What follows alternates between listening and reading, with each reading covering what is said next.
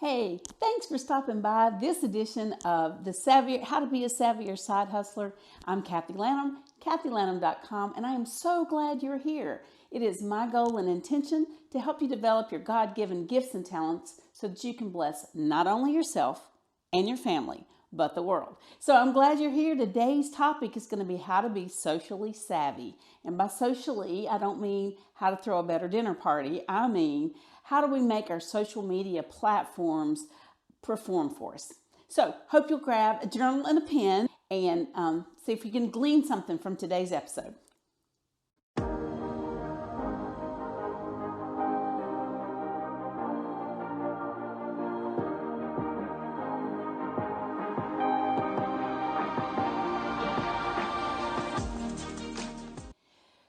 So, as I say, I hope to help you be more socially savvy. What I'm talking about is let's look at the plethora of social media feeds and all that we have that are in there and all of the things. And I know there's just so many different things, so much changes so quickly. So hopefully this will be this much encouragement and permission to just get started. So on that, I'm going to say socially, what's your platform? So I would encourage you, if this is a struggle for you, if it's, if you're on the struggle bus just a little bit, to choose one. What is the platform, just to get started, what's the platform that you're the most comfortable with? If it's Facebook, get really good at Facebook. Then you can pick up another later. If it's Instagram, if your business lends itself to lots of photos, then you want to be on Instagram. If you're just about information and sound bites, maybe it's Twitter that how you want to go. If you got music in your life, TikTok would be the one that you'd want to explore. Or how about if it's a more professional atmosphere, then you may want to look at LinkedIn. And there are other platforms. I know I'm just covering a few. But my point there, my first point, is pick your platform and get really good at that one. You do not have to be good at everything simultaneously all at once. Okay, so there's that. Second is, I'm just going to give you some simple do's and don'ts. So number one, check out your profile and your feed. So what do I mean by that? Check out your profile and your feed. Well, let's start with your profile picture. It should be a clear, clean, appropriate picture of yourself.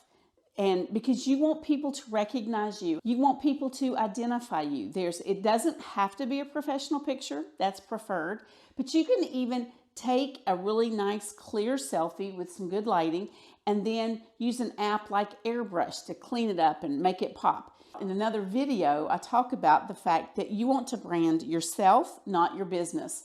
So in doing that, when you have a good, clean picture of yourself, people can identify who you are and they can find it. So having pictures of your pets or your grandkids or whatever, that's all fine. But if the person doesn't know you, if they're coming in through a funnel system, then that makes it a little more difficult. So good, clear, clean picture. And then the others, your banner. Then I want you to check your feed. Is it appropriate? This is not the time or the place. If we're now putting ourselves out there as a professional that wants to be hired or wants to be a coach or whatever, your feed, it just can't be this free flow ranting of whatever you think. There are times that is appropriate, but probably airing your dirty laundry, your political opinions, your rant at your neighbor, this is not the place. So you want to go through and you want to check your feed. Clean it up if you need to. Look at it from the eyes of an employer. Do you have things on your feed there that maybe a little questionable? So there's that. And then just being mindful of what are you saying. So clean up your photos, clean up your feed, clean up any like strong opinions or polarizing things. And then my next tip there, that would be D. So clean up your photos, clean up your feed, check your language. The last one would be, are you blessing others? Are you being social? But that part is to be social, because Facebook particularly actually rewards social behavior. So are you wishing happy birthdays? And that's a point for later on. But when we talk about being social, it means to interact with people, that you're not just posting stuff out there saying bye from me. which we're also going to cover. Okay, now big step 2. So that was step 1. Check your profiles. Then the little points. Number 2 is curb your excitement just a tad. Okay. Now here's what I mean by that: curbing your excitement. So the biggest mistake that from all that I'm learning and reading and that I'm seeing is that we want to become like an infomercial. So we post, buy now, I have a sale, but here my company is this, I can fix this problem, I can do that, buy now, buy now, buy now. And so it's like an infomercial, for lack of a better word, versus being a movie trailer. Now think about how movie companies do their trailers. They give you little drips of little snippets of what the movie's about. They don't tell you the ending, and they don't reveal the whole plot line, but they reveal just enough and little strategic segments that make you go, ooh, I'd like to go see that. Ooh, okay, I am seeing that when it comes out. And then there's some movies that because you're a fan, you're going to go see them regardless. I mean, you're going to be there opening. You give me a new Lord of the Rings, when when we bring out a new one, I'm going to be there. Like, if not opening day, then pretty soon after. And yeah, I'm going to plop down the money. I'm not going to wait for the movie to come out on DVD. I'm going to go see it in the theater. I'm going to pay all the money. There are others, I see the trailers and I'll wait for that one to come out on DVD. Okay? Because the movie franchise is really good about that. Versus an infomercial. Buy this, buy this. Oh, limited time, for this time only. You got to do this. Look at this sale. I'm doing this. Please join me. I'm working on a goal. I need your help. Please help me earn this cruise. Yada, yada, yada. So you see the difference? You do not want to be the infomercial. You want to be more on the lines of the movie trailer. Okay, and then you want to have a strategy. You want to be clear. So with your strategy, you either are going to be educating folks, you're going to entertain them, or you're going to empower them or show support. So you're going to encourage them. I call it the 4 E's. So encourage, educate, empower, or entertain. Okay? Then let's talk about the likes. Let's move down to the likes, the shares, and the comments, because this is really important. So for your business, when you like, share, or comment from other people, you're seen by the Facebook algorithms, at least today, this hour, in this breath. You know, it can change tomorrow because this is not a platform we own. So that's why it's very important that you kind of keep up on what's new and how they're doing stuff. So for us to be social, that's how they measure that metric. But for other people, the importance of a like, a share, or a comment is that then can become a lead. So if people like your comments, then you can follow up over in Messenger. If they share or they comment, then by all means, you need to be answering those and seeing what it is that they're commenting on. Now, it's fine to comment under their comment, but here's a little insider's tip. If you will go over, if you'll take that conversation like as soon as possible over to the Messenger and you comment over there, hey, Kathy, thanks so much for commenting on my video. I appreciate that you were looking at it. I hope all is well. Because I did that double interaction in a pretty short amount of time, you can't throw a post up and wait 2 weeks, then Facebook will then show that in people's feeds more. They'll just show it more. It'll pop up more because it's seen that you are closer friends. Same thing in your groups. If you're building a community there, it's the interaction that lets more and more people see that. So a lead is anybody that likes, raises their hand, says, I want to know more. Certainly if they PM you, they private message you, or if they say, oh, what are you using? I would like to know. See, now that's a bingo, bingo, bingo. And you're not going to answer them with the name of the company. Oh, Kathy, I see you're losing weight. What are you doing?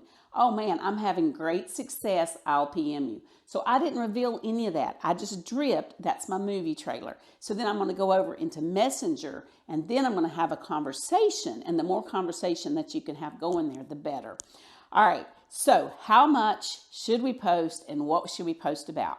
Now, this is the next section, is how much and what. So the formula right now, today, at this moment, as we live and breathe, is 15-7. 15 posts over 7 days. Now I'm going to pause for a minute and let that sink in. 15 posts over 7 days, not 15 posts in one day. Because here's the trick on that one. The statistics are your first post of the day, that's where you're going to get the most interaction. And you want to be commenting, because in that first 6 hours is how that can go viral, or that you're going to get, that's how you're going to get the most clicks, comments, and likes, and people are going to see it.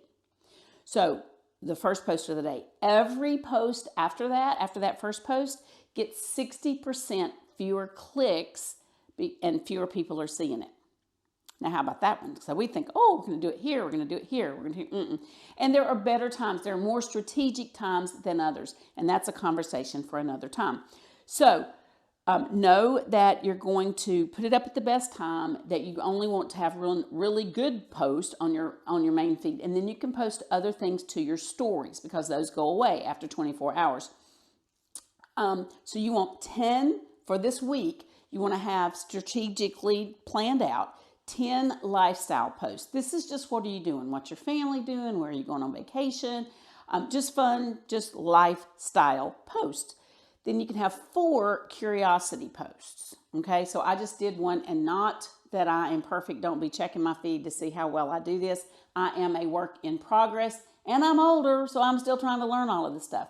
But what I did, that one of the companies that I represent has a weight loss balance system. So my curiosity post was showing my belt loop that had moved, and I said, just moved a belt loop, yay. So then the comments came from that. That's a curiosity post. So we need to do 4 of those.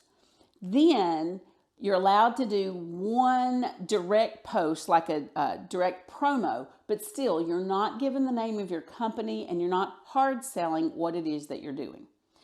Oh, so-and-so is having this sale for this month. Okay, that's not what we're talking about. So 10 lifestyle posts, 4 curiosity posts, remember, not mentioning the company, and then 1 direct promo for something that you have going on.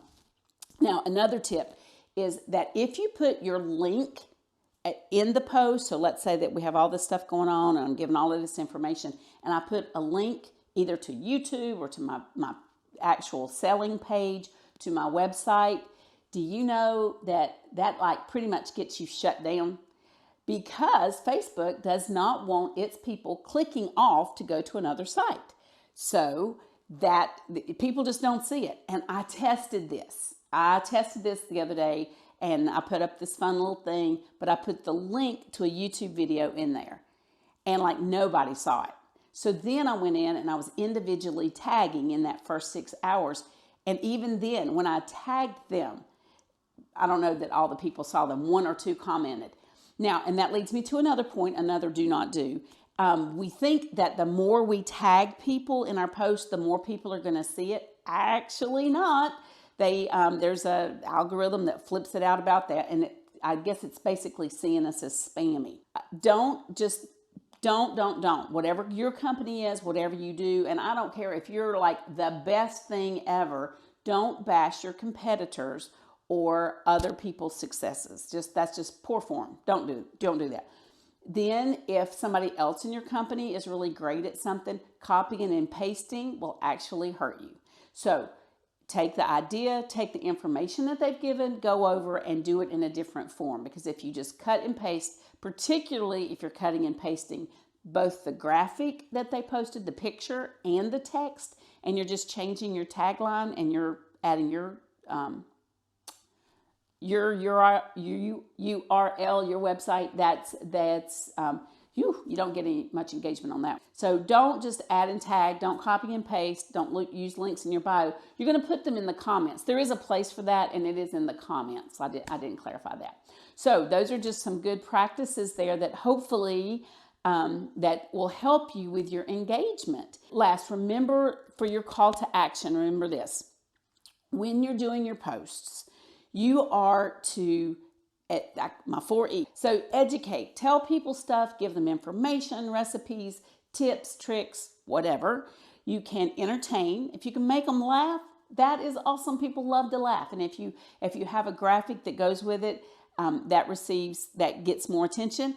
Also, if you're doing just a text post, if you have, Facebook gives you the option to do colors. So if you do the colors, that's great. Encouragement. So posts that encourage, that inspire, that give people a sense of hope. Now, those are always well liked. And then the last is to empower people. Wish folks happy anniversary. Wish folks happy birthday. Congratulate them on their kids' successes or their job successes. So my call to action for you today is to check out your feed. Whatever your platform is, what does your profile look like? And then what does your feed look like? Are you doing the 10-7? Are you close? If not, here's the beautiful thing about that. There is grace for that. You just say delete and you start over and you try, and hopefully you'll do it better the next time. So there's that. So thank you so much for taking your time. I know it's valuable and I appreciate the fact that you stopped in. So here's the thing. I'd love it and it'd bless me and be an honor if you would give me an old thumbs up and like it, or if you hit subscribe, even better, because I could always use more subscribers. Now, in this world of being socially savvy, let me encourage you to go out and really be savvy. Bless somebody else, because when you bless others, you cannot help but be blessed yourself.